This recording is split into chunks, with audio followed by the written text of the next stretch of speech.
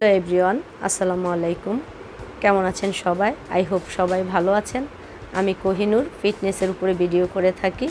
আমার ভিডিও দেখে যদি আপনাদের ভালো লাগে আমার চ্যানেলটাকে সাবস্ক্রাইব করবেন এবং পাশে থাকা বেল বাটন প্রেস করে আমার সাথে থাকবেন কন্টিনিউ ভিডিওগুলো পাওয়ার জন্য।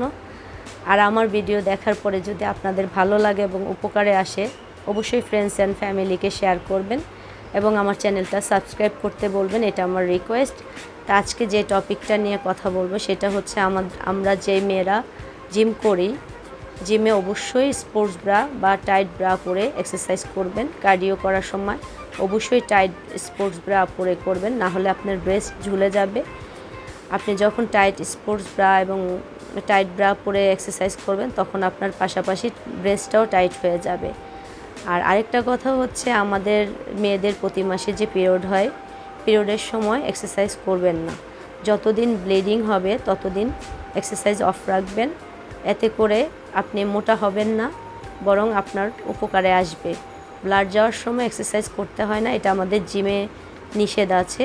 কারণ ওই সময় মেয়েদের শরীরটা অনেক উইক থাকে প্রচুর ব্লাড যাওয়ার কারণে। আবার অনেকের দেখা যায় পিরিয়ডে প্রচণ্ড পেন থাকে ব্যাকে এবং লোয়ার অ্যাপসে।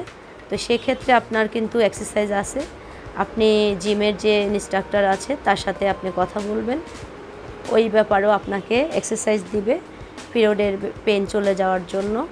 তো এগুলা মাথায় রাখবেন যে পিরিয়ডের সময় আপনাকে এক্সারসাইজ করা যাবে না। আর হচ্ছে আপনার যে এক্সারসাইজ করলে মানে পিরিয়ডের পেন চলে যাবে, এগুলো আপনি যদি বলে দেন ইনস্ট্রাক্টর আপনাকে অবশ্যই দিবে। তো যারা এখনও এক্সারসাইজ শুরু করেন নাই তাদেরকে আমি রিকোয়েস্ট করব তাড়াতাড়ি এক্সারসাইজ করেন এবং সুস্থ থাকেন, সুন্দর থাকেন, নিজেকে সুন্দর রাখার চেষ্টা করুন। এক্সারসাইজ করার ফলে আপনার কোনো মেডিসিন নিতে হবে না, এনার্জি লেভেলটা দ্বিগুণ বেড়ে যাবে। এই ছিল আজকের টপিক। ভালো থাকুন, নেক্সট কোনো বয়সে আবারও আসবো। আল্লাহ হাফেজ।